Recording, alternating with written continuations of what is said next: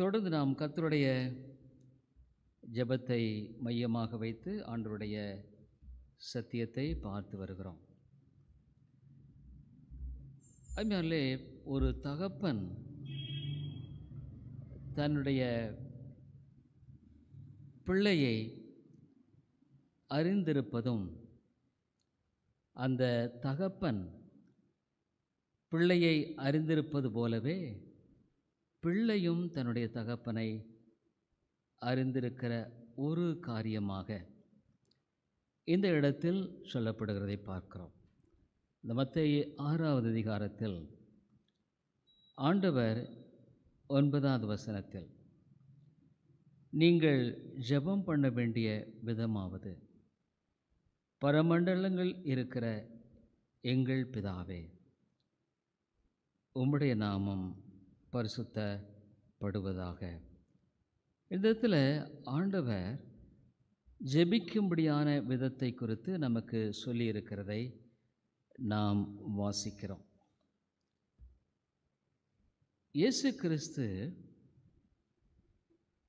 ஜெபித்ததை பார்த்த பொழுது அவருடைய சீஷர்களெல்லாம் இயேசு கிறிஸ்துவினிடத்தில் கேட்டாங்க, ஆண்டவரே, எங்களுக்கு ஜெபிக்க கற்றுத்தார், எப்படி ஜெபிப்பது என்பதை எங்களுக்கு நீர் கற்றுத்தாரும் என்று கேட்ட பொழுது இயேசு கிறிஸ்து அவர்களுக்கு ஜெபிக்கும்படியான இந்த காரியத்தை கற்றுக் கொடுத்திருக்கிறதை நாம் பார்க்கிறோம். இங்கே சொல்லும்படியான இந்த காரியத்தில் ஒரு பதத்தை நாம் முக்கியமாக பார்க்க வேண்டும். என்ன பதம்னா, பரமண்டலங்கள் இருக்கிற எங்கள் பிதாவே. அதாவது பரலோகத்தில் இருக்கிற எங்கள் தகப்பனே. இந்த இடத்துல ஆண்டவரை நோக்கி அழைக்கும்படியான காரியம் என்னவென்றால், நீங்கள் அதுக்கு முன்னால் ஆண்டவர் சொல்லிட்டாரு, நீங்கள் ஜெபம் பண்ணும்போது 7வது வசனத்தில் மத்தேயு 6:7 அஞ்ஞானிகளைப் போல வீண் வார்த்தைகளை அலப்பாதேயுங்கள். அதாவது ஒரு பிள்ளை தன்னுடைய தாப்பனிடத்தில் போய் ஜெபிக்கும் பொழுது, அதை வேண்டிக் கொள்ளும் பொழுது, ஏதாவது ஒரு காரியத்தை கேட்கும் பொழுது, அந்த பிள்ளை மறுபடியும் அந்த காரியத்தை குறித்து சொல்லிக்கொண்டே இருக்க மாட்டான். அப்பா, எனக்கு இந்த காரியம் வேண்டும், இந்த காரியத்தை நான் செய்ய வேண்டும், அப்படி அந்த காரியத்தை குறித்து தெளிவாக பேசும்படியான ஒரு வழியில் தான் ஒரு தகப்பனிடத்தில் ஒரு மகன் பேசுவான். இல்லை எனக்கு இது வேணும், இல்லை எனக்கு இது வேணும், இல்லை எனக்கு இது வேணும், அப்படி பேச மாட்டான், இல்லைங்களா? அப்படி ஒரு தகப்பனிடத்தில் அந்த பிள்ளை பேசுவதைப் போல இங்கே ஆண்டவர் ஜெபிக்கும்படியான ஒரு முறையை குறித்து சொல்லுகிறார். அப்படின்னா என்னென்னா, இந்த இடத்துல தேவனோடு ஐக்கியமுள்ள ஒரு உறவின் வாழ்க்கை இது. இப்போ பாருங்கள், ஜெபம் என்றால் ஆண்டவரோடு ஐக்கியம் கொண்ட வாழ்க்கை தான். அதாவது ஒரு பிள்ளை தன்னுடைய தகப்பனிடத்தில் போய் கேட்கும் பொழுது உரிமையோடு கேட்கிறான், இல்லைங்களா? அதாவது அப்பாவினிடத்தில் போய் கேட்கும் பொழுது அவன் ஒரு பையன், உரிமையோடு அவன் கேட்கிறான், அப்பா நீங்கள் எனக்கு செய்யணும். அந்த தகப்பனும் அதை சந்தோஷமாக தான் ஏற்றுக்கொள்வான். அது நியாயமாக இருக்கும் பொழுது நிச்சயமாக அந்த தகப்பன் அதை சந்தோஷமாக அங்கீகரித்து கொள்ளுவான். ஏன்னா அவனுடைய பையன் அவன். அந்த தகப்பன் அந்த பையனுக்காக, அந்த பிள்ளைகளுக்காக நன்மைகளை செய்கிறவர் என்று பார்க்கிறோம். அதான் ஆண்டவர் சொன்னார், உங்களுடைய பிள்ளைகள் இங்கு ஒருவேளை அப்பத்தை கேட்டால் நீங்கள் கல்லை கொடுப்பீங்களா? ஒருவேளை மீனை கேட்டால் பாம்பை கொடுப்பீங்களா? பொல்லாதவர்களாகிய நீங்கள் இப்படி உங்கள் பிள்ளைகளுக்கு நல்ல ஈவுகளை கொடுக்க அறிந்திருக்கும் போது ஆண்டவர் நன்மையானவைகளை கொடுப்பது அதிக நிச்சயம் அல்லவா? ஆகவே ஒரு பிள்ளை தன்னுடைய தகப்பனிடத்தில் அப்பா எனக்கு சிறந்ததை கொடுப்பார் என்ற நம்பிக்கையோடு தான் ஒரு நல்ல தகப்பன், ஒரு நல்ல பையன். இந்த பையன் வீணாய் எதையுமே செலவு பண்ண மாட்டான், வீணான காரியங்களை அவன் செய்ய மாட்டான், சிந்திக்க மாட்டான். ஏன்? அவன் தகப்பனுக்கு ஒரு நல்ல பிள்ளை. அவன் ஒரு நல்ல விசுவாசி என்பவன் அந்த தகப்பனுக்கு ஒரு நல்ல பிள்ளையைப் போல. ஒருவேளை விசுவாசி என்று சொல்லிக்கொண்டு ஆண்டவருக்கு பிரியமில்லாமல் வாழும் பொழுது ஆண்டவர் அதை ஏற்றுக்கொள்ள மாட்டார். இந்த இடத்துல ஒரு தகப்பன் பிள்ளை என்ற உறவில் ஒரு நல்ல தகப்பன், ஒரு நல்ல பிள்ளை. அங்கே தான் ஆண்டவர் சொல்கிறாரு, இந்த மாதிரி தன் பையன் கேட்கும்படியான காரியத்துக்கு மறுப்பு தெரிவிக்க மாட்டார். அதுவே ஒரு போக்கிரி பையனாக இருக்கான்னு வைங்க, அப்பா சொல்கிறத கேட்பதில்லை, அப்பாவுக்கு கீழ்ப்படிவதில்லை, அப்பாவுக்கு விருப்பமான வழியில் அவன் நடப்பதில்லை. அப்போ அந்த பையன் போய் கேட்கும் பொழுது அந்த தகப்பன் முழு மனதோடு அதை கேட்டு செய்ய மாட்டார். ஏன்? இவர் கீழ்ப்படியாத பையன், இவன் சரியில்லை, இவனுக்கு நான் இதை கொடுப்பது சரியா? இவன் முதலாவது இவன் திருந்த வேண்டும், இவன் மனமாற்றம் அடையணும். அதாவது தகப்பனோடு ஒரு நல்ல உறவு இல்லாத பையன் தகப்பனிடத்தில் கேட்பதை கொடுப்பார் என்று எதிர்பார்க்க முடியாது, கூடாது. ஏன்னு கேட்டால் அவன் சரியில்லையே. இன்றைக்கி சில குடும்பங்களில் நம்ம பார்க்குறோம், சில பையன்கள் தகப்பனிடத்தில் தகப்பன் சொன்னால் கேட்குறதில்ல, தகப்பனை மதிக்கிறதில்ல, உங்களுக்கெல்லாம் ஒன்றும் தெரியாது. ஆனால் தேவையான நேரத்தில் மட்டும் போய் அப்பா, ஏன்னா பையன்கிட்ட காசு இருக்காதுல்ல, ஆகவே அங்கே போய் அப்பா எனக்கு இவ்வளோ வேணும், அது வேணும், இது வேணும். அப்போ அப்பா சொல்லுவார், நீ நான் சொல்கிறதை கேட்குறது இல்லையப்பா, சொல்கிறத நீ கேட்க மாட்டேங்கிற, நீ காசு கேட்குற, அப்போ எந்த விதத்தில் நான் உனக்கு செய்யும்படியாக நீ எதிர்பார்க்கிறாயின்னு ஒரு தகப்பன் கேட்பது நியாயமானது இல்லைங்களா? அதுமாதிரி இன்றைக்கும் கூட அதுதான். இன்றைக்கி நிறைய பேருடைய ஜெபம் கேட்கப்படுவதும் இல்லை. ஏன்னா அவர்கள் ஆண்டவருக்கு கீழ்ப்படுகிற பிள்ளைகளாக இருப்பதில்லை, ஆண்டவரை கனப்படுத்துகிற பிள்ளைகளாக இருப்பதில்லை, தேவனுக்கு முதலிடம் கொடுக்கிறவர்களாக இருப்பதில்லை. ஆண்டவர் என்ன சொல்கிறாரு? முதலாவது தேவனுடைய ராஜ்யத்தை, அவருடைய நீதியை தேடு, அப்போ நான் எல்லாத்தையும் உனக்கு நான் கொடுப்பேன் ஆண்டவர் சொல்கிறார். ஆண்டவர் சொல்கிறாரு, முதலாவது நீ தேவனை தேடு, அவருடைய நீதியை தேடு, அவருடைய வழியை தேடு, அவருக்கு பிரயோஜனமாக வாழுகிற காரியத்தை செய். உன்னில் தப்பு இருந்தால் சரிப்படுத்திக்கொள். நீ ஆண்டவரோடு ஒப்புரவாய் வாழுகிற ஒரு வாழ்க்கையை தான் வேதம் சித்தரிக்கிறது. ஆனால் நீ உன்னுடைய வாழ்க்கையில் முதல்ல ஆண்டவரை தேட மாட்ட, ஆண்டவருக்கு பிரியமான வழிகளை நீ செய்வதில்லை, ஆண்டவரோடு உறவு கொண்ட ஒரு ஜெப வாழ்க்கை உன்னிடத்தில் இல்லை. ஜெபங்கிறது என்ன? தகப்பனோடு நாம் பேசுகிற ஒரு காரியம். நான் ஏற்கனவே சொல்லியிருக்கேன், நமக்கு இப்போ எனக்கு ஒருவேளை நம்முடைய முதல் மந்திரியை தெரியலாம், ஆனால் அவருக்கு என்ன தெரியாது, எனக்கு அவரை தெரியலாம். இன்றைக்கி நிறைய பேருடைய உறவு என்னென்னா இப்படி தான் இருக்குது. ஆண்டவரை பற்றி தெரியும், ஆண்டவருடைய சத்தியம் தெரியும், ஆண்டவருடைய வழி தெரியும், ஆனால் ஆண்டவரோடு அவர்களுக்கு உறவு இருக்கிறதில்ல. உறவு என்பது என்ன? இப்போ ஆண்டவருடைய வார்த்தையை வாசிக்கும் பொழுது அவர் என்னோடு கூட பேசுகிறார்.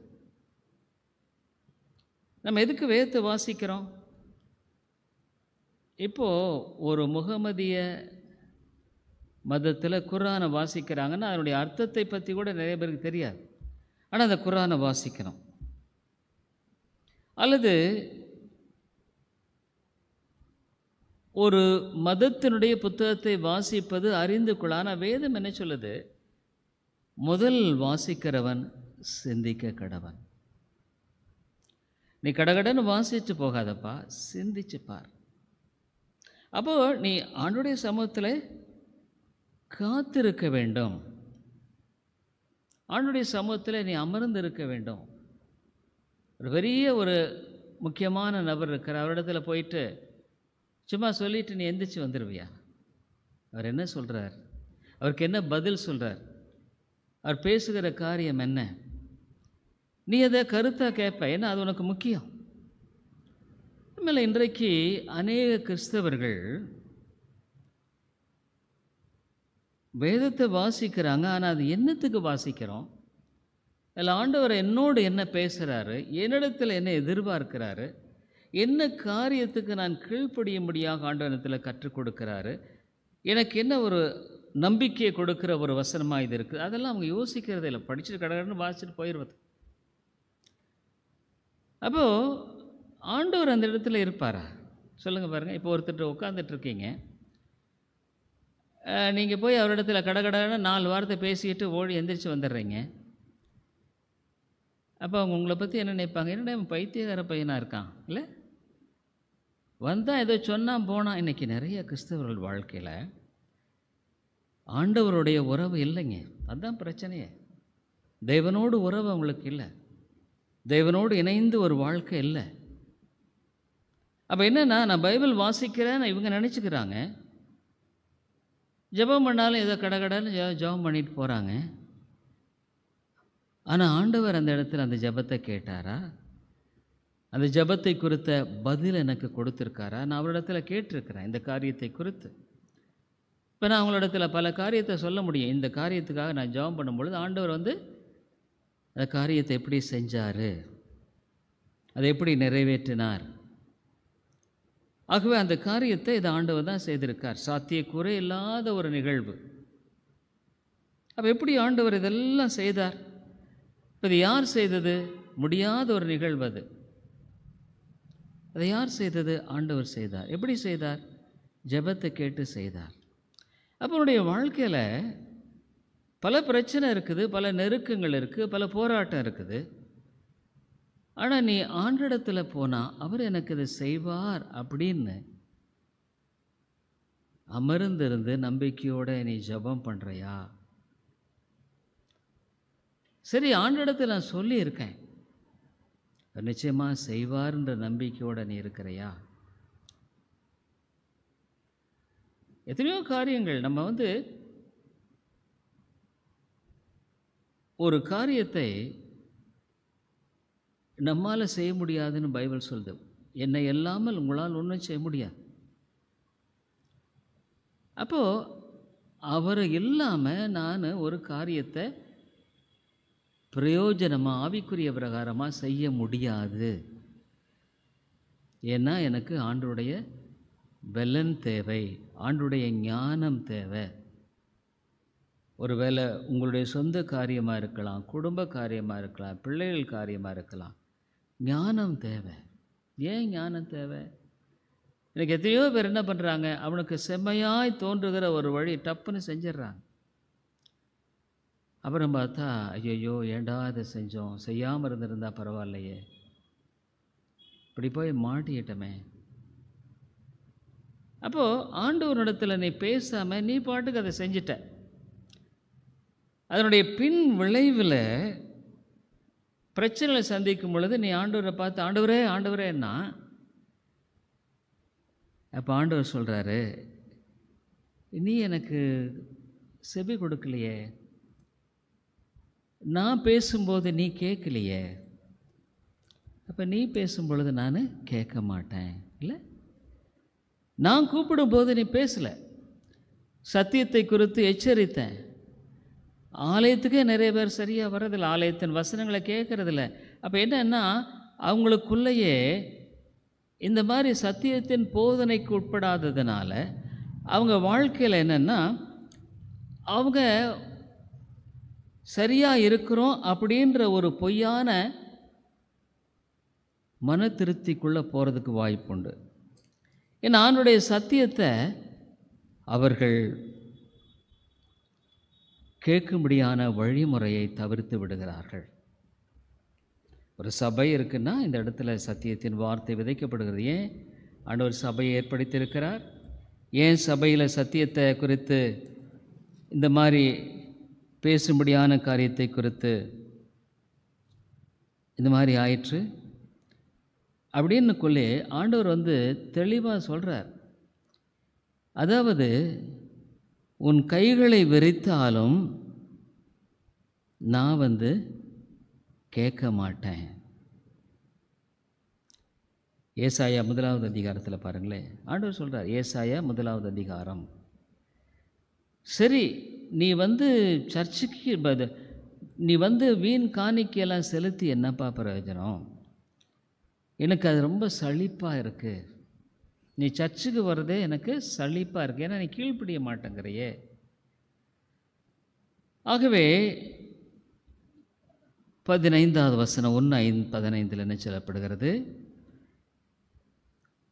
என்ன ஆண்டவர் சொல்கிறாருன்னா, நீங்கள் உங்கள் கைகளை விரித்தாலும் என் கண்களை உங்களை விட்டு மறைக்கிறேன். கஷ்ட நேரத்தில் நீ வர்ற ஜெபம் பண்ணுற, ஆனால் நான் கேட்க மாட்டேன்பா.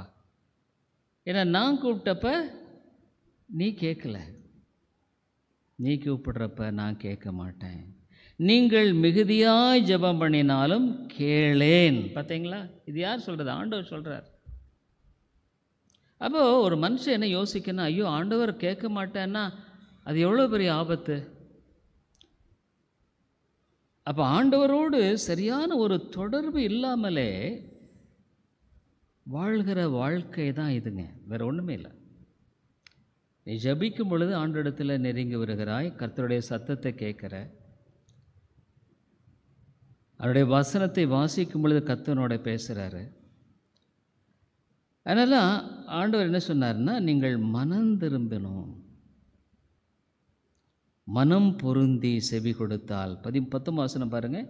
நீங்கள் மனம் பொருந்தி, இந்த மனசு சரியில்லையே, இருதயம் சரியில்லையே, இருதயம் உனதில் சரியில்லாமல் இருக்கிற, நீ ஆண்டவரோடு ஒப்புரவான ஒரு வாழ்க்கை. அப்போ ஒப்புரவான ஒரு வாழ்க்கைன்னா எப்படின்னா, இப்போ நான் ஆண்டவரோடு நான் வாழ்கிறேன், ஆண்டவரோடு நடக்கிறேன், போகிறேன், வரேன். இப்போ ஏனோக்கு நம்ம வாசிக்கிறோம்.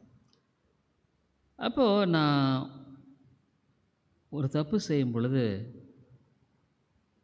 எனக்குள்ளே என்ன எண்ணம், ஐயோ ஆண்டவர் பார்க்குறார், ஆண்டவர் என்னை குறித்து வருத்தப்படுவார், ஆண்டவரே மன்னியும், மனம் பொருந்துதல். அப்போது நமக்கு என்ன ஒரு உறவு இருக்காங்க, அதுதான் முக்கியம். ஏன் ஆண்டவர், நீங்கள் அநேகர் போய் அவரிடத்துல சொல்கிறாங்க, ஆண்டவரே நாங்கள் இதை பண்ணணுமே அதை பண்ணணுமே. லூக்காவில் சொல்லுது, நாங்கள் ஆலயத்துக்கு போனோம், நாங்கள் நீங்கள்லாம் பிரசங்கம் பண்ணும்பொழுது அங்கே இருந்தோம், சாப்பாடும்பொழுது தான் இருந்தோம். அப்போ சொன்னார் ஆண்டவர், உங்களை எனக்கு தெரியாது. ஏன் அப்படி சொன்னார்? தப்பாக செஞ்சாரா? ஏன் ஆண்டவர் உங்களுக்கு தெரியாது? அப்போ அவருக்கு தெரியாதா?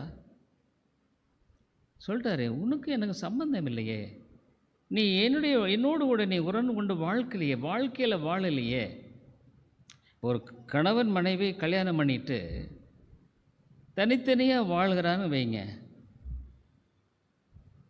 அதில் ஒரு அர்த்தமே கிடையாதுல்ல. ஒரு ரட்சிப்பு என்பது கணவன் மனைவி உறவை விட ரொம்ப ஆழமானது. ஒரு காலத்தில் ஆண்டவரை அறியாதப்ப நாம் வாழ்ந்துகிட்டு இருந்த வாழ்க்கை வேறு. அப்போ நம்ம விரும்பினபடி வாழ்ந்துக்கிட்டு தான் இருந்தோம், உண்மைதான். ஆனால் இப்போ ஆண்டவருடைய பிள்ளை அப்படி வாழ முடியாது. பாருங்கள், எபேசியர் எழுதின நிருபத்தில், ஒரு காலத்தில் நீ அப்படி வாழ்ந்த, ஆனால் இப்போ அப்படி இல்லை. இப்படி நீ இப்போ நீ எதுனாலும் ஆண்டவரிடத்தில் போகிற, ஆண்டவரே நான் அதை செய்யலாமா, இது எனக்கு நல்லதா. தாவீதை நம்ம பார்க்குறோம், யுத்தத்துக்கெல்லாம் போகும்பொழுது என்ன பண்ணுறாரு, ஆண்டவரிடத்தில் போகிறாரு. ஆண்டவருக்கு அவ்வளோ நெருக்க உறவு இருக்குது. அதில் அதுதாங்க ரட்சிப்பு. அப்போ தான் நீ பரலோகம் போக முடியும். இல்லைன்னா ஆண்டவனை பார்த்து சொல்லுவார், உன்னை எனக்கு தெரியாதப்பா. ஆண்டவரே நான் இந்த சர்ச்சுக்கு தானே போனேன், சர்ச்சில் தானே இருந்தேன், ஜெபமெல்லாம் பண்ணினேன், பைபிள் வாசி எல்லாமே இருந்தனே, உன்னை எனக்கு தெரியாது. நீ என்கிட்ட தனியாக உறவில் இல்லை, என்னோடு கூட உறவு கொண்ட ஒரு வாழ்க்கை இடத்துல இல்லைப்பா. நீ எப்போ வருவ, எப்போ ஜாப் பண்ணுவ, எப்போ போவ, எப்போ கூப்பிடுவ, ஏதோ பண்ணுவேன், எனக்கும் உனக்கும் என்ன தொடர்புன்னு கேட்பார் ஆண்டவர். அதுதான் பைபிளில் வாசிக்கிறோம். ஆமாம், இன்றைக்கு அநேக கிறிஸ்தவர்கள் அந்த மாதிரி இருக்கிறவங்க அருமையாலே அவங்க மோட்சத்துக்கு போக வாய்ப்பே கிடையாது. ஆண்டவர் அதான் சொல்கிறார், உன்னை எனக்கு தெரியாதுன்ட்டார், அவ்வளோ முடிஞ்சு போச்சு. அவர் உன்னை தெரியாதுன்னு சொல்லிட்டாருன்னா நீ எங்கே அடுத்தது போவ? எங்கே நீ போவ? யார்கிட்ட போவ ரெக்கமெண்டேஷனுக்கு? ஒருவேளை டிஸ்ட்ரிக்ட் கோர்ட்டில் கேஸ் இதாகி போச்சுன்னா ஹைகோர்ட் போவேன். ஹைகோர்ட் போனால் அங்கேயும் சரியில்லை, சுப்ரீம் கோர்ட்டுக்கு போவேன். சுப்ரீம் கோர்ட்லேயே உன்னை தீர்த்துட்டாங்க, உன்னை முடிவு கட்டிட்டாங்கன்னா நீ அடுத்தது எங்கே போக முடியும் சொல்கிறேன் இல்லை? இன்றைக்கி நிறைய பேர் ஆண்டவரே பார்த்து என்னை உனக்கு தெரியாதுப்பான்றார். அந்த அவங்க சொல்கிறாங்க, ஆண்டவரே நாங்கள் வீதியில் நீங்கள் வரும்போதெல்லாம் நாங்கள் உம்மோடு சாப்பிட்டோமே, எனக்கு தெரியாதா? அங்கெல்லாம் நாங்கள் சாப்பிட்டோம், நீங்கள் உட்காந்து எங்கள் வீதியிலெல்லாம் பிரசங்கம் பண்ணினீங்களே, அதெல்லாம் தெரியாதா? ஆண்டவர் உடனே ஒன்று சொல்லிட்டாரு, உங்களை எனக்கு தெரியாதுப்பா, உனக்கு தெரியாது. ஏன்னா நீ தேவனோடு இணைந்து வாழலை. நீ ஒரு காரியத்தை உண்மையாக ஒரு தகப்பன் ஒரு பிள்ளைன்னா அந்த பிள்ளை என்ன பண்ணுவாங்க? முதல்ல போய் செய்யலாமா, செய்யட்டாமா, வேண்டாமா, இதை பண்ணலாமா, வேண்டாமா, என்ன நீங்கள் நினைக்கிறீங்க? அந்த ஒரு காரியமானது கண்டிப்பாக அந்த மகன் உறவு அந்த இருக்கும், கண்டிப்பாக இருக்குங்க. அப்போ அந்த உறவு இல்லாமல் நீ நினச்சபடி நீ வாழ்ந்துட்டு நீ ஆண்டவரே ஆண்டவரேன்னு சொன்னால் உன் ஆண்டவர் எப்படி ஏற்றுக்கொள்ள முடியும்? நீயே யோசனை பண்ணிப்பார். எபேசியர் 7:20 நீ வேறு மாதிரி நடந்துக்கிட்டு இருந்த, ஆனால் இப்போ அப்படி இல்லை. எபேசியர் 2வது அதிகாரத்தில் உலக மனுஷரை போல நீ வாழ்ந்துட்டு இருந்ததான். 2வது அதிகாரம் 2வது வசனம், அவைகளில் நீங்கள் முற்காலத்திலே இவ்வுலக வழக்கத்திற்கேற்றபடியாகவும் கீழ்ப்படியாமையின் பிள்ளைகளிடத்தில். இப்போ ஏன் கீழ்ப்படியாத பிள்ளைகள் முதல்ல ஆண்டவர் எத்தனையோ கட்டளை கூட முதலாவது ஆண்டவர் வைப்பா, முதலாவது தேவனுடைய ராஜ்யம் உனக்குள்ளே இருக்கணும், ஆண்டவரை முதல்ல வையே, குடும்பத்தில் ஆண்டவர் முதல்ல வையே, உன்னுடைய வாழ்க்கையில் செய்கிறதில் ஆண்டவரை முதல்ல வையே, அவரை கனப்படுத்து, பைபிள் சொல்லுது. ஆனால் கீழ்ப்படியாதவர்களை பார்த்து இல்லை இல்லை என் மனசில் நான் நினச்சி அதை நான் செய்கிறேன்.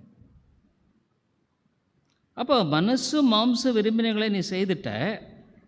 இப்போ ஆண்டோடது மனசு மாம்ச விரும்பினை செய்து சுபாவத்தினாலே கோபாக்கினையின் பிள்ளைகளாக இருந்த ஆண்டோடைய கோபம் அவர்கள் மேல் இருக்கும். நீ போய் சொன்னால் கூட ஆண்டவர் கடுமையாய் பேசுவார். இப்போ அவர் இரட்சகர், இப்போ அவர் இறங்குகிறார், உனக்கு உதவி செய்வார், உனக்கு இரக்கத்தை செய்வார். ஆனால் அன்னைக்கு அவர் நீதிபதி. நீதிபதி எவ்வளோ ஒருவேளை ரொம்ப பார்க்க தெரிஞ்சவராக இருந்தால் கூட, ஒருவேளை நீதிபதி பக்கத்து வீட்டில் இருக்கிற ஒரு நெருங்கியவராக இருக்கிறாருன்னு வைங்க, கோர்ட்டில் போய் உட்காந்து, சார் நீங்கள் நம்ம பக்கத்து வீட்டில் தானே இருக்கிறீங்க, என்ன தெரியாதான்னா என்ன சொல்லுவார் அவர்? ஷட்டப், இங்கே நீ கூண்டில் நிற்கிறன்றவார்.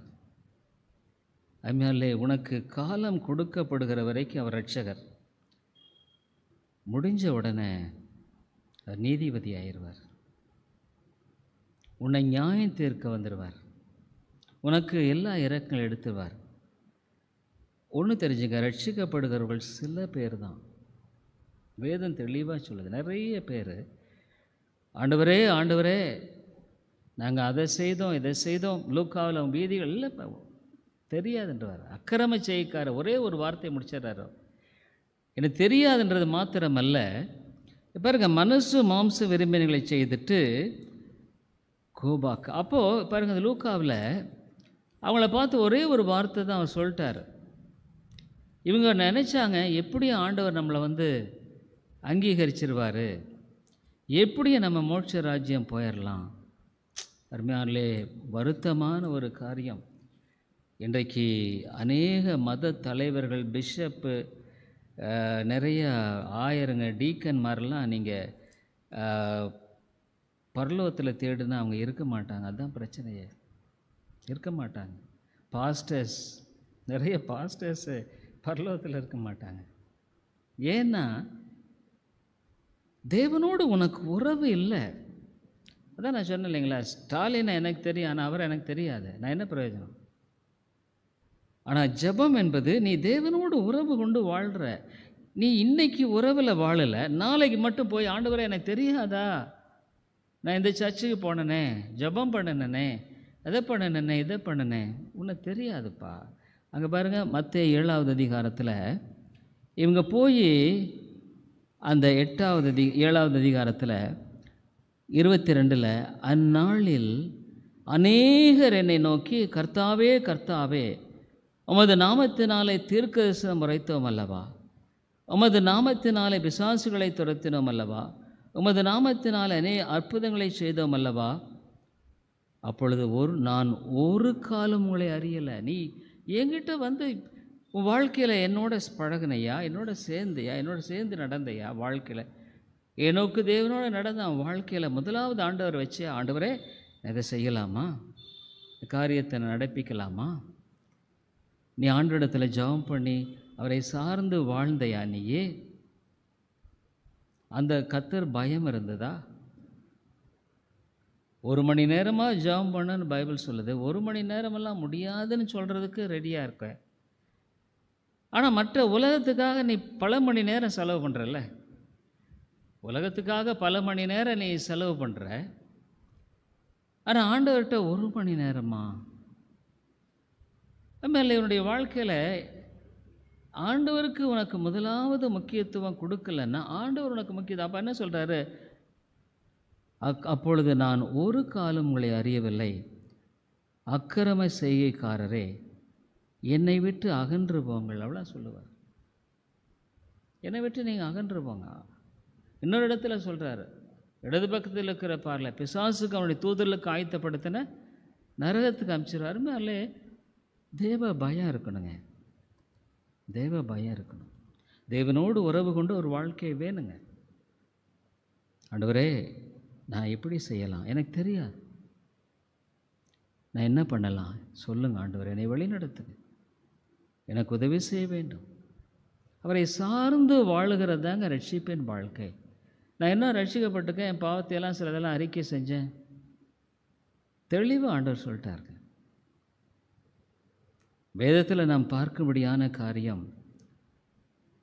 ஆகவே உனக்கு ஆண்டவரோடு உறவு கொண்ட ஒரு வாழ்க்கை இருக்கா? நீ ஒவ்வொரு நாளும் அவரோடு நடக்கிறையா? உன்னுடைய வாழ்க்கையில் போகும் பொழுதும் வரும் பொழுதும் ஆண்டவரை உண்மையாக நீ யோசிக்கிறையா? இப்போ வாழ்க்கையின் முக்கியமான காரியங்களில் ஆண்டவரிடத்தில் போய், ஆண்டவரே நான் இது என்ன செய்கிறது, என்னுடைய பிள்ளையின் காரியம் இது என்ன செய்கிறது, எனக்கு தெரியாது, எனக்கு ஞானம் இல்லை, அறிவில்லை, என்னை வழி நடத்தும். ஆமாம், தேவனோடு ரட்சிக்கப்பட்ட வாழ்க்கை என்பது முற்றிலும் வித்தியாசமானது. ஒரு சிலர் தான் ரட்சிக்கப்பட்டவர்கள், ஒரு சிலர் தான் வேதம் சொல்லுது. அப்போது உன்னுடைய வாழ்க்கையில் நீ எவ்வளோ தருணங்களை ஆண்டவர் கொடுக்கிறார், எவ்வளோ தருணங்களை. ஒவ்வொரு மனுஷனுக்கு பார்த்தா அதிகமான தருணங்களை கொடுக்கிறார். அதுமாதிரி நீ ஆண்டவரோடு உனக்கு சரியான உறவு இல்லைன்னா அது கிறிஸ்தவ வாழ்க்கை இல்லைல்ல. ரட்சிப்புங்கிறது என்ன? தேவனை அறிவதே நித்திய ஜீவன். ஆண்டவரை அறிந்த நீ அதுக்கு முன்னால் ஆண்டவரை அறியலை, உலக மனுஷனாக வாழ்ந்த, உலகத்தின்படியாக ஜீவித்த. ஆனால் இப்போது ஆண்டவர்னு சொல்லுது. ஆண்டவர்னா என்னங்க? லார்ட் அப்படின்னா என்னங்க? அவர் தான் என்னுடைய எஜமானன். இந்த கள்ளன் சிலுவையின் வலது பக்கத்தில் இருக்கிறவன் ஆண்டவரே அப்படின்னா என்ன? என் எஜமானனே, என்னை வழிநடத்துகிறவரே. ஒரு வேலைக்கு நான் இருக்கிறேன், அந்த முதலாளிக்கு நான் உண்மையாக இருந்தால் தான் என்னை வேலையில் வச்சுருப்பார். அதுமாதிரி என்னுடைய வாழ்க்கையில் நீ ரொம்ப யோசிக்கணும். ஏன்னா எனக்கும் ஆண்டவருக்கும் உள்ள உறவு சரியாக இருக்கா? இப்போ ஒரு ரட்சிக்கப்படும் பொழுது என்ன நடக்குது? பரிசுத்த ஆவியானவர் உள்ளே வர்றாருங்கிறது பார்க்குறோம். எபேசியர் நிருபத்தில் நம்ம பார்க்குறோம். எபேசியர், அப்போ உனக்குள்ள பரிசுத்த ஆவியானவர் இருப்பாரானால் அப்போ அவர் உன்னிடத்தில் பேச மாட்டாரா? உன்னிடத்தில் தப்பை பற்றி பேச மாட்டாரா? இப்போ பாருங்கள், இதை பார்த்து நம்ம முடிக்கணும். இந்த பரிசுத்த ஆவியானவர் உனக்குள்ளே வர்றாரு. எபேசியர் நிருபம் 1:14 அவருக்கு சொந்தமானவர்கள் அவருடைய மகிமைக்கு புகழ்ச்சியாக மீட்கப்படுவார்கள் என்பதற்கு ஆவியானவர் நம்முடைய சுதந்திரத்தின் அச்சாரமாயிருக்கிறார். You are sealed with the holy spirit. அப்படின்னா என்ன? Part and parcel of the holy. உனக்குள்ள உன்னுடைய வாழ்க்கையில் பரிசுத்த ஆவியானவர் ஒரு அங்கமாக ஆகிட்டார். எப்படி ஒரு சரீரம் ஆவி. அப்போ இந்த பரிசுத்த ஆவியானுடைய வாழ்க்கையில் அங்கமாக இருப்பாரானால் நீ ஒரு தவறு செய்யும் பொழுது உன்னிடத்தில் பேச மாட்டாரா? உன்னிடத்தில் பேச மாட்டாரா? ஆண்டவர் அப்போ பரிசுத்த ஆவியானவர் என்ன பண்ணுவார்? உள்ள வேதம் என்ன சொல்லுது? பரிசுத்த ஆவியானவர் வரும் பொழுது அவர் என்ன செய்வார்?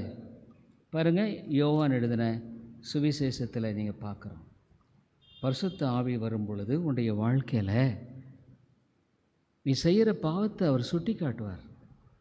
அதுதான் நீ அப்போ என்ன பண்ணுற? தேவனோட ஒப்புற, ஐயோ ஆண்டவரே மன்னியும், நான் இதை செய்திருக்கக்கூடாது, செய்துட்டேன். நீ ஒரு தவறாக பேசிட்டா கூட உனக்குள்ளே இருக்கிற பரிசுத்த ஆவியானவர் பேசுவார். அதுதான் ரட்சிக்கப்பட்ட வாழ்க்கை. அதுதான் ரட்சிக்கப்பட்ட வாழ்க்கை. அப்போது இங்கே பாருங்கள், யோவான் 16 அவர் வந்து 8வது வசனத்தில் பாவத்தை குறித்தும் நீதியை குறித்தும் நியாய தீர்ப்பை குறித்தும் கண்டித்து உணர்த்துவார். அப்போ என்ன பண்ணா? நீ தப்பு செஞ்சிட்ட, மனம் திரும்ப, இல்லைன்னா ஆண்டவருடைய நியாய தீர்ப்பை சந்திக்க வேண்டி வரும். நீ நியாய தீர்ப்பை சந்திக்க வேண்டி வரும். தாவீது அவனுடைய வாழ்க்கையில் நினைச்ச அவன் பெரிய ராஜா, பெரிய ராஜா. அவன் நினைச்சான் ஒரு ஸ்திரியை பாவத்துக்கு அழைக்கிறான். அவன் ராஜா அழைச்சான், பாவம் செஞ்சான், மனம் திரும்பலை. நாத்தான் வேலை ஆண்டவர் அனுப்புகிறார். பரிசுத்த ஆவியானவர், நீ தப்பு செஞ்சிட்டப்பா. ஒரு வருஷமாக அவன் மனம் திரும்பாமையே வாழ்ந்து கொண்டிருக்கிறான். ஏற்குறைய அவன் பாவம் செஞ்சதுக்கும் மனம் திரும்ப 1 வருஷம் ஆயிடுச்சு. ஆனால் அவங்க ரொம்ப அழுகிறான், மனம் திரும்பினான். அது 51வது சங்கீதத்தை நீங்கள் பார்த்தீங்கன்னா அவன் மனம் திரும்பினா தான். ஆனால் மனம் திரும்பியும் ஆண்டவர் அவனை ரொம்ப தண்டிச்சிட்டாருங்க. அதாவது கிறிஸ்தவன் தான் ரொம்ப அதிகமாக தண்டிக்கப்படுவான். ஏன்னு கேட்டால், ஒரு இந்துக்கு கூட சத்தியம் தெரியாது. அவனுக்கு சத்தியம் தெரியாதனால அவனுக்கு தண்டனை கம்மி. மோசே, ஆண்டவர் சொன்னார் அதை கண்மலையை பேசினார். இப்போ மோசே கல்லை அடிச்சிட்டான் அந்த கண்மலையில்.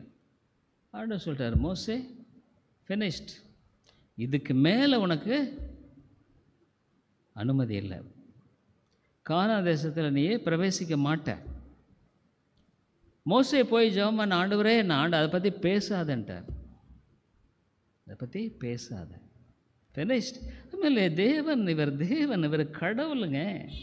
நீ அவர்கிட்ட போய் நீ விளையாட நீ பார்க்குற, நீ எவ்வளோ காலம் விளையாட முடியுங்கிற. நீ விளையாட வரைக்கும் விளையாட விடுவார். ஆனால் எவ்வளோ காலம் நீ விளையாட முடியும் அவரோட? இவர் கடவுளுங்க. இவர் கடவுளிடத்தில் போய் நீ விளையாட பார்க்குற, நெருப்போடு நீ விளையாடுற, அது ஒரு காலம் ஜெயிக்காது. தாவீது போனான், பணம் இருந்தது, பட்டம் இருந்தது, ராஜா, பாவம் செஞ்சான், எல்லாம் பண்ணான். சாமுவேல் வந்தான், தாவீது நீ செஞ்ச பாவத்தை ஆண்டவர் பார்க்கலையா? நீ செஞ்சல, பட்டம் பகலில் செஞ்சல, அதே காரியத்தை உனக்கு நான் செய்கிறேன். உன் பிள்ளைகளை பட்டம் பகலில் பாவத்தை செய்ய வைக்கிறேன் பாருன்றார். இன்னொருத்த வந்து உன் பிள்ளைகளை பாவம் செய்வாங்க. அதனால இவர் தேவன், இவர்கிட்ட போய் நீ விளையாட பார்க்காத. இவர் கிருபையுள்ளவர், இரக்கமுள்ளவர், ஆனால் இவர் தேவன் இல்லை. பாருங்கள், அந்த சாமுவேல் பார்த்தா அந்த ஒரு வருஷம் அந்த படிச்சிங்கன்னா உங்களுக்கு நல்லா தெரிஞ்சிருக்கும். அங்கே ஆண்டவர் 2 சாமுவேலை பார்த்தீங்கன்னா, ஏன்னா இதெல்லாம் நமக்கு ஏன் எழுதியிருக்கார் ஆண்டவர் பைபிள் வச்சு, இதெல்லாம் நமக்கு ஒரு எச்சரிப்பு. இப்படியெல்லாம் நம்ம நடந்துடக்கூடாது. ஐயோ, ராஜா தாவீது ராஜா அவன் பல்லம் பையன், நல்ல மனுஷனாச்சே, இல்லை நல்லவனாச்சே, அவனை போய் எப்படி தண்டிக்க முடியும்? ஆண்டவர் பாரபட்சம் உள்ளவர் அல்ல, பாரபட்சம் உள்ளவர் அல்ல. அருமையான தெய்வ பயம் இருக்குங்க. தெய்வ பயம் நமக்கு தேவை. அவர் கடவுள். நீ அவரோட விளையாட முடியாது, ரொம்ப நாள் விளையாட முடியாது. அவர் அடித்தார்னா நீயும் நான் தாங்க முடியாது. அவருக்கு பயப்படுகிற பயம் இருக்கணும். பாருங்கள், அவன் தாவீது வெளியரங்கமாக போய் அவன் பாவம் செஞ்சான். நாத்தான் வெளில அனுப்பிச்சிட்டு, ஏன்னா பாவம் எல்லாம் செஞ்சு முடிச்சிட்டான். அந்த 11வது வசனத்தில் எல்லாம் முடிஞ்சிருச்சு. பத்சபேல முடிஞ்சு அவன் குழந்தைய கூட பெற்றுட்டா.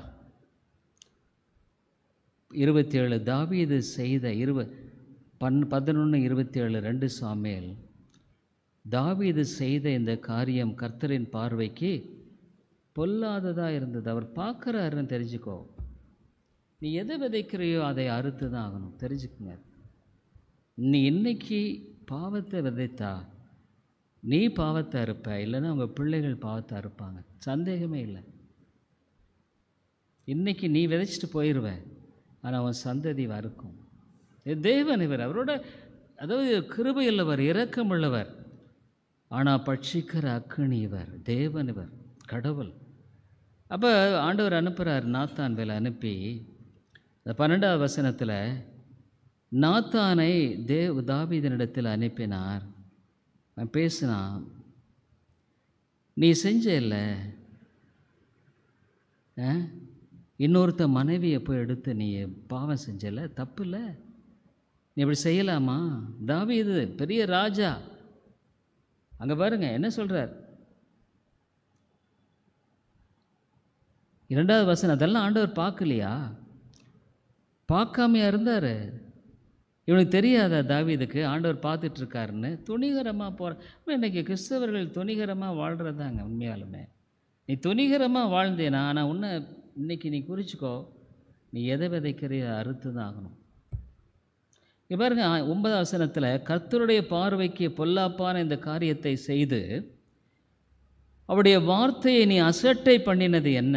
நாத்தான் மேலே சொன்னார், ஏத்தியனாகிய உரியாவை நீ பட்டயத்தால் மடிவித்து அவன் மனைவியை உனக்கு மனைவியாக எடுத்துக்கொண்டு அவனை அம்மோன் புத்திரன் பட்டயத்தாலே கொன்று போட்டான். இன்னொருத்த மனைவியை எடுத்துக்கிட்ட, அவனை கொன்று போட்டுட்ட.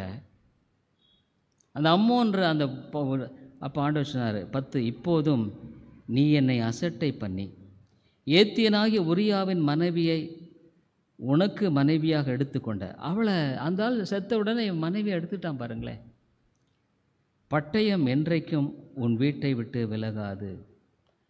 நிறைய பேர் சாவாங்க, பட்டயம் விலகாதுன்னா கொல்லப்படுவார்கள். நீங்கள் அந்த வேதத்தையெல்லாம் நல்லா படித்து பார்க்குறோம். ஒரு ராஜகுமார் இன்னொருத்தர் கொல்றானுங்க, கூப்பிட்டு வச்சு விருந்து வச்சு கொல்றானுங்க.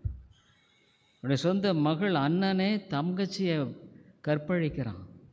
அப்போதான் ஆண்டவர் சொன்னார் 11வது, நீ கர்த்தர் சொல்லுகிறது என்னவென்றால், இதோ நான் உன் வீட்டிலே பொல்லாப்பை உன்மேல் எழும்ப பண்ணி உன் கண்கள் பார்க்க நீயே அதை பார்ப்பப்பான்னு சொல்கிறார்.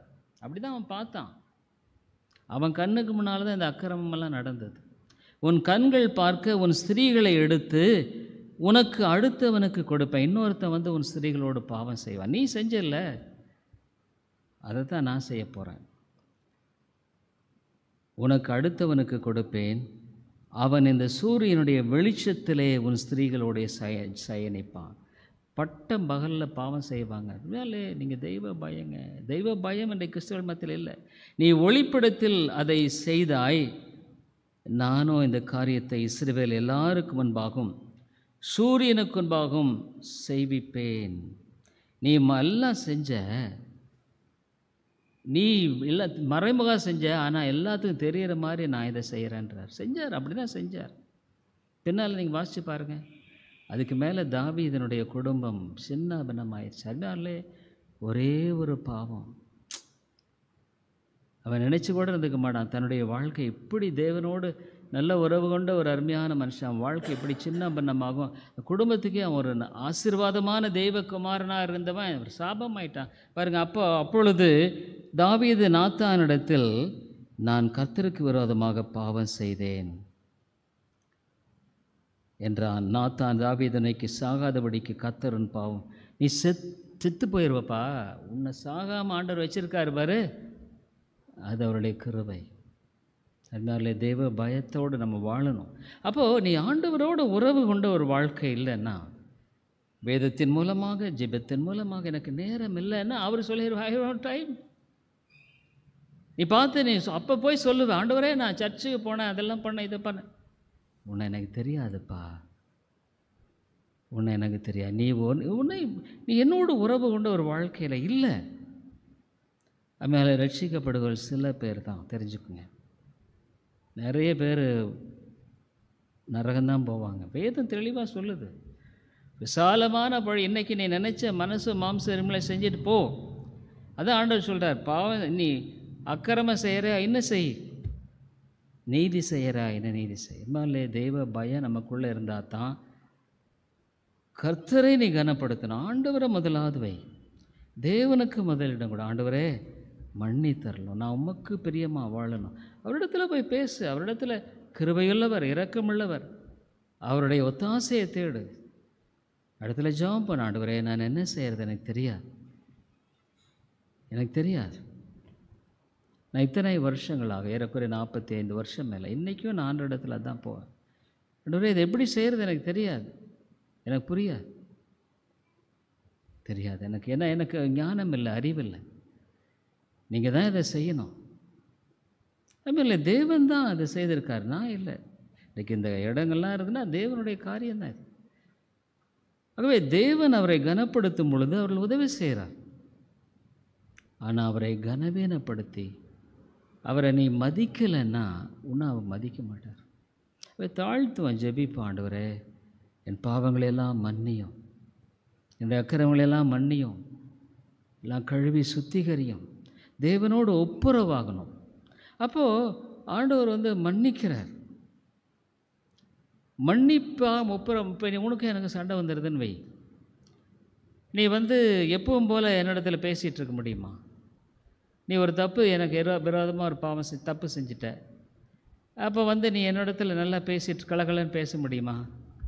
இப்போ நான் என்ன நினைப்பேன், இவன் சரியான பொய்யா ஏமாத்துறான் பார்த்தியா. அப்போ அந்த சகவாசத்தை நான் விரும்புவேனா?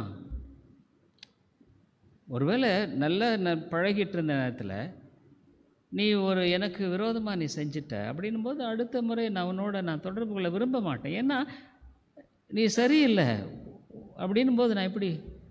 தேவனும் அப்படித்தாங்க. நீ ஆண்டவரோடு அப்போ நீ என்ன பண்ணணும்? ஆண்டவரே மன்னி தரலாம். ஒவ்வொரு நாளுமே அவரோட உறவு கொண்ட வாழ்க்கையில் ஒவ்வொரு நாளுமே மன்னிப்பு இருக்கு. தப்பு செய்கிற சில காரியங்கள் இருக்கலாம், ஆண்டவரே என்னை மன்னியும். நீ ரகசியமாக செய்திருக்கலாம், மன்னியும் ஆண்டவரே. அவருக்கு தெரியும். அப்போ தேவனோட அந்த உறவுங்கிறது இல்லைன்னா ரட்சிப்பே இல்லை. ரட்சிக்கப்பட்டிருக்க நீ நினைக்கிறதில்ல, உறவு கொண்ட ஒரு வாழ்க்கை. எனக்கு ஆண்டவரை தெரியும், ஆண்டவர் எனக்கு தெரியும். 45 வருடங்களாக நான் அவரோட நடக்கிறேங்கிறது எனக்கு தெரியும். அவர் என்னை வச்சுருக்கா மட்டும் வழி நடத்துகிறாருன்னா ஒவ்வொரு காரியத்திலும் அதை நான் பார்க்குறேன். இப்படி ஆண்டவர் செய்கிறார், இப்படி பண்ணுறார், இப்படி ஊழியங்கள் மற்ற காரியங்கள். ஒவ்வொரு நாளுமே நான் அவரோடு உறவாடுகிறேன், என் நேரத்தை செலவிடுகிறேன், வேதத்தை நான் வாசித்து அவர் என்னோட பேசுகிறார். எத்தனையோ காரியங்களில் அவர் என்னோட பேசியிருக்கிறார். கொல்லிமலை போகும் பொழுது இந்த ஊழியத்துக்காக போகிறது, சேலம் வரும்பொழுது இந்த ஊழியத்துக்காக வரணுங்கிறது எல்லாத்தையும் ஆண்டவர் வழி நடத்துகிறார். இதனை செய்யணும், அதை செய்யணும். ஒவ்வொரு காரியத்திலும் எத்தனையோ காரியங்கள் சொல்லிகிட்டே போகலாம். அப்போ அவர் என்னை வழி நடத்துகிறார். அதே சமயத்தில் செய்யும் பொழுது நான் என்ன பண்ணுறேன்? ஆண்டவரே இதை செய்யலாமா, செய்யக்கூடாதா? ஒரு காரியம் ஏறக்குறைய 1 வருஷம் அப்படியே ஒன்றுமே இல்லாத ஒரு சூழ்நிலை. அப்போ ஆண்டவரே இந்த காரியத்தில் நான் என்ன பண்ணுறது, எப்படி செய்ய? இதில் வெட்கப்பட்டு போகக்கூடாது, நீர் தான் வழி நடத்தணும். அப்போ ஆண்டவர் சாத்தியக்கூறே இல்லாத வழிகளில் அவர் காரியத்தை செய்து ஏற்ற வேளையில் ஏற்ற காரியங்களை நிறைவேற்றுகிறார். அது எப்படி? அப்போ ஆண்டவர் எனக்கு தெரியும், அவரை தெரியும். என் வாழ்க்கையில் நான் ஒரு வாலிபனாக இருந்த பொழுது என்னோடு அவர் பேசினார். இந்த நாட்களில் அவரோடு கூட பேசுகிறார். அந்த உறவு கொண்ட ஒரு வாழ்க்கை. இன்றைக்கி நான் ஆண்டவரோடு கூட தொடர்பு கொண்டேன்னா அன்றையிலேருந்து எனக்கும் ஆண்டவருக்கும் உறவு இருக்குதுன்னு சொல்ல முடியும். உன்னால் சொல்ல முடியுமா? எனக்கும் ஆண்டவருக்கும் உறவு இருக்குதுன்னு சொல்ல முடியுமா? இல்லை, ரொம்ப முக்கியம் இல்லைங்களா? நான் ஒரு நாள் அவரோடு நான் பேசுகிறேன், நடக்கிறேன், வாழ்கிறேன். தப்பு செய்யும் பொழுது அதே சமயத்தில் இந்த காரியத்தில் பாரு, ஆண்டவர் வந்து நான் அவரிடத்தில் ஜெபித்தேன், காரியத்தை இப்படி செய்திருக்கிறார். அம்மையாலே அந்த உறவு கொண்ட ஒரு வாழ்க்கை இல்லைன்னா நீ ரட்சிக்கப்படலை.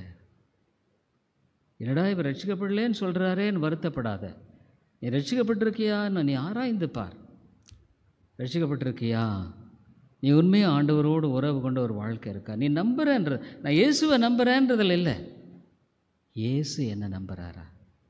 இல்லை, இயேசு என்ன நம்புகிறாரா? இந்த பிள்ளை உண்மையான பிள்ளை, நான் நம்பலாம். ஆண்டவர் என்ன சொல்கிறார் கடைசியில்? உத்தமமும் உண்மையும். இந்த உத்தமமும் உண்மையும் இருக்கிறது தான் ஆண்டவர் எதிர்பார்க்குறார். நீ ஒரு பெரிய மனுஷனாக இருக்கணும்னு எதிர்பார்க்கல, நீ பெரிய பணக்காரனாக இருக்க எதிர்பார்க்கல. ஆண்டவரிடத்தில் அதையும் இதையும் எதிர்பார்க்கல. உத்தமமாக வாழு, ஃபெய்த்ஃபுல். ஒரு வேலை. மைக்கேல் ஃபேரடே என்ற ஒரு பெரிய விஞ்ஞானி, மைக்கேல் ஃபேரடே, அந்த காலத்தில் கரண்ட்டாலாம் இல்லை, டைனமோலாம் கிடையாது. அப்போது இவன் இந்த மைக்கேல் ஃபேரடே ஒரு சின்ன பையன்.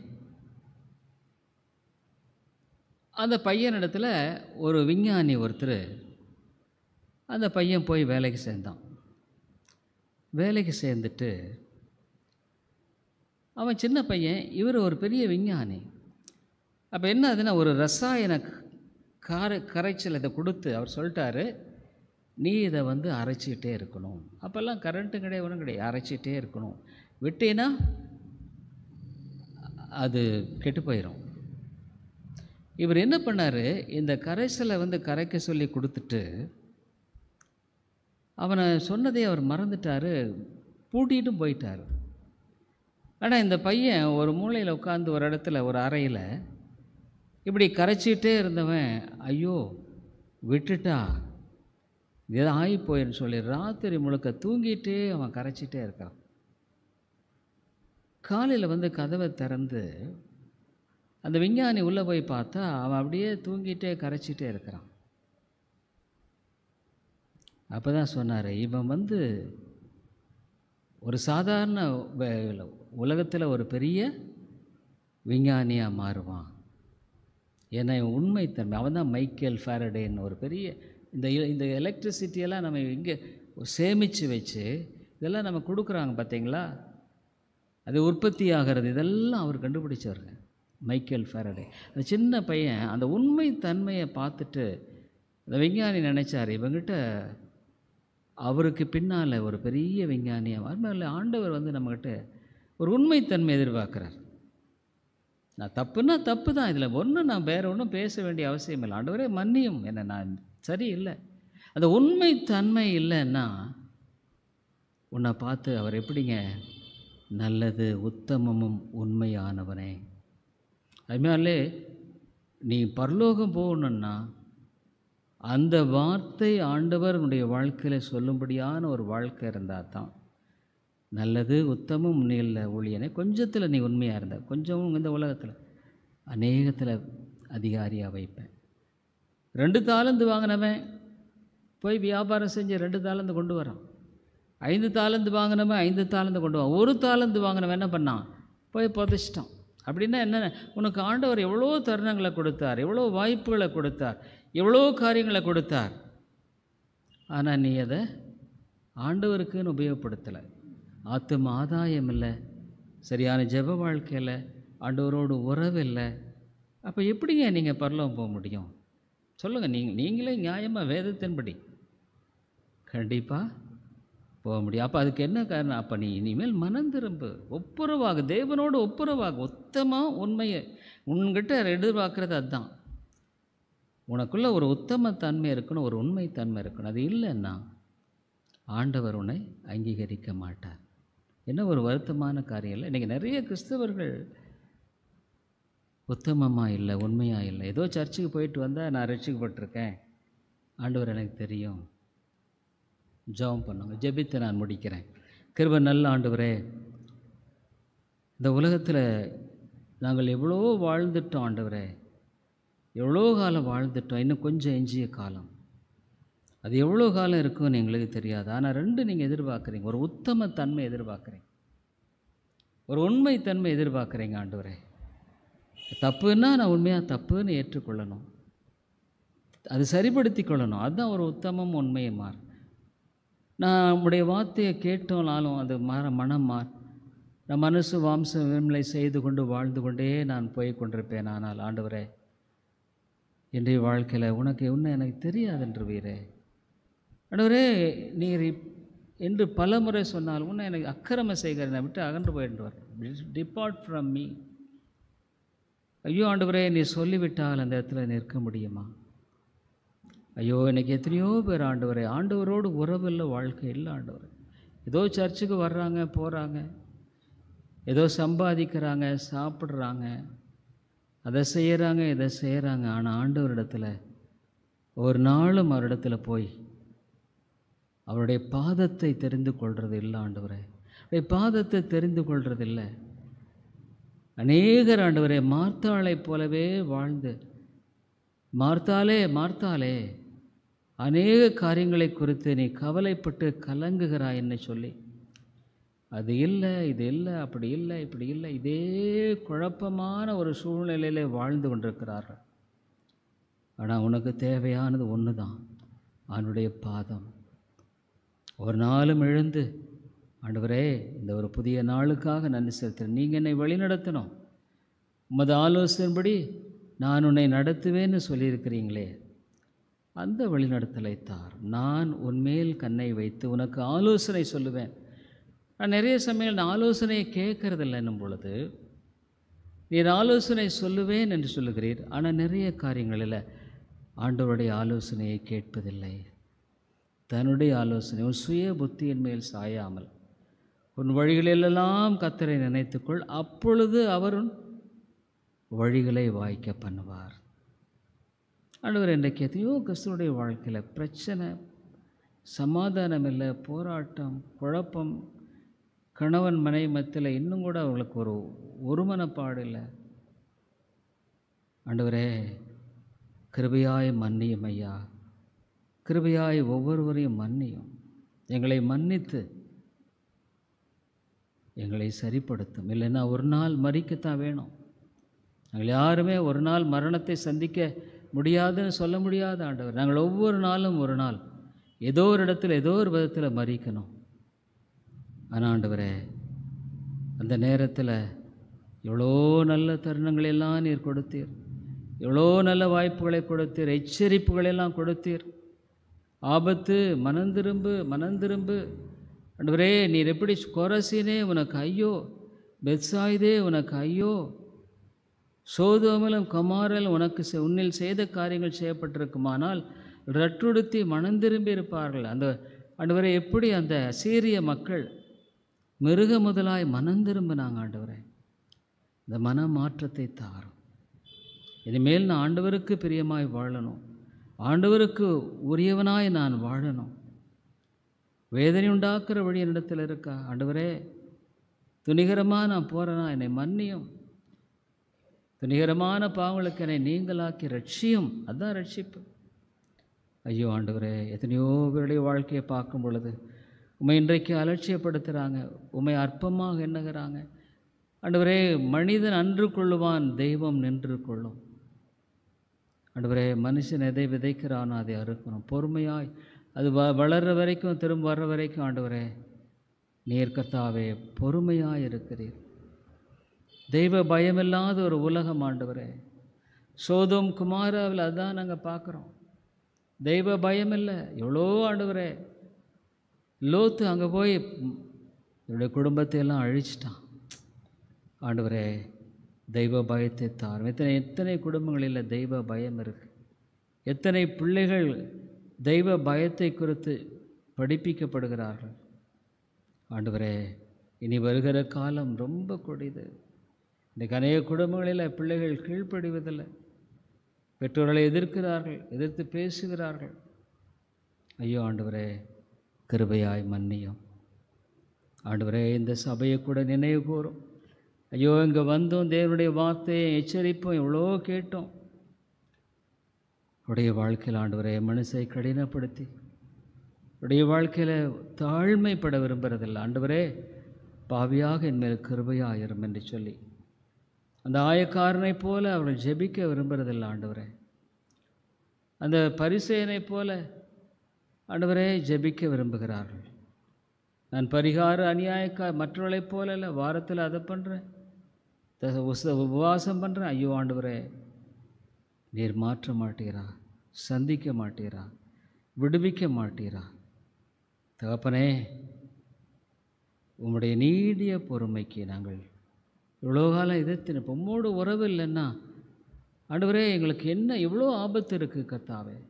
அடுத்த நாள் என்ன ஆபத்து இருக்குது தெரியாது. நாங்கள் ரோட்டில் போகிறது வர்றது கூட பாதுகாப்பு இல்லை. எவ்வளோ ஆபத்து இருக்குது, எவ்வளோ காரியங்களில் நாங்கள் அழிந்து விடுவோம் ஆண்டவர். எனக்கு எத்தனையோ பேர் ஆண்டவர் ஒரு நாள் நாங்கள் பார்க்குறோம் எதிர்பாராத மரணங்கள், விபத்துகள், அழிவுகள், திடீரென்ற காரியங்கள். ஆமாம் ஆண்டவரே தெய்வ பயத்தை தார். தெய்வ பயமில்லாத ஒவ்வொருவரையும் ஆண்டவரே சந்தியும். நீர் கிருபை செய். சிலுவையில் உம்மையே பலியாய் ஒப்பு கொடுத்து அந்த ஆண்டவரே உங்களுடைய பாவங்களையெல்லாம் நீக்கும்படியாக இரத்தத்தை சிந்தினீரே. ஆண்டவரே இந்த இரத்தம் எங்களுடைய பாவங்களையெல்லாம் கழுவட்டும். வெறுமனே வார்த்தையில் அல்ல, உண்மையான மனந்திரும்புதல் இல்லாமல் ரட்சிப்பு இல்லை, உண்மையான மன மாற்றம் இல்லாமல் ரட்சிப்பு இல்லை. ஆவியானவரே நீர் கிருபையாய் பேசும். ஒவ்வொருடைய வாழ்க்கையிலும் நீர் ஆழமாய் பேசும் ஆண்டவரே. உம்மோடு உறவு கொண்ட ஒரு வாழ்க்கை இல்லாமல் நாங்கள் பரலாம் வர முடியாது. நாங்கள் ஆண்டவரே எத்தனையோ காரியங்களை சொன்னாலும் உங்களை எனக்கு தெரியாதுன்றவார். ஏன்னா உம்மிடத்தில் நாங்கள் இந்த உலகத்தில் இருக்கும் பொழுது ஆலோசனை கேட்கவில்லை. உம்மிடத்தில் ஒரு நாளும் ஜெபித்து உம்முடைய சித்தத்தை அறிந்து வாழலை. ஒரு நாள் உம்முடைய பாதத்தில் மரியாளை போல காத்திருக்கவில்லை. மார்த்தாளை போல சுற்றி கொண்டிருந்தேமே ஒழிய மரியாளை போல பாதத்தில் அமரவில்லை. ஐயோ ஆண்டவரே கிருபையாய் மன்னியும். கிருபையாய் மன்னித்து இறங்கும் ஆண்டவரே. இந்த சபையில் உயிர்மீழ்ச்சி தாரும் ஆண்டவரே. இங்கு வருகிற எத்தனை பேர் உண்மையாலுமே உம்முடைய தொடர்புள்ளவர்களாக இருக்கிறார்கள். உம்மோடு என் ஆண்டவர் எனக்கு தெரியும், என்னோடு பேசுகிறார், தம்முடைய வார்த்தையின் மூலமாக பேசுகிறார். நான் ஜெபிக்கும் பொழுது அவர் கேட்குறார். என்னுடைய ஜெபத்தை கேட்டு இந்த காரியத்தெல்லாம் செய்திருக்கிறார் என்று சொல்லி ஒரு உண்மையான ஆண்டவரோடு கூட உறவும் தொடர்பும் ஆண்டவரே இல்லை என்றால் உங்களை நான் அறியேன்னு சொல்லிட்டு நீர் சொல்லிவிட்டீரா, நாங்கள் எங்கே போக முடியும் ஆண்டவரே? உன்னை எனக்கு தெரியாதுன்னு சொல்லிட்டு ஆண்டவரே நாங்கள் எங்கே போக முடியும்? ஐயோ மன்னியும் ஆண்டவரே மன்னியும். எங்களுக்கு இந்த காலங்களில் உதவி செய்யும். இயேசுவின் நாமத்தில் ஜெபிக்கிறோம் நல்ல பிதாவே, ஆமென்.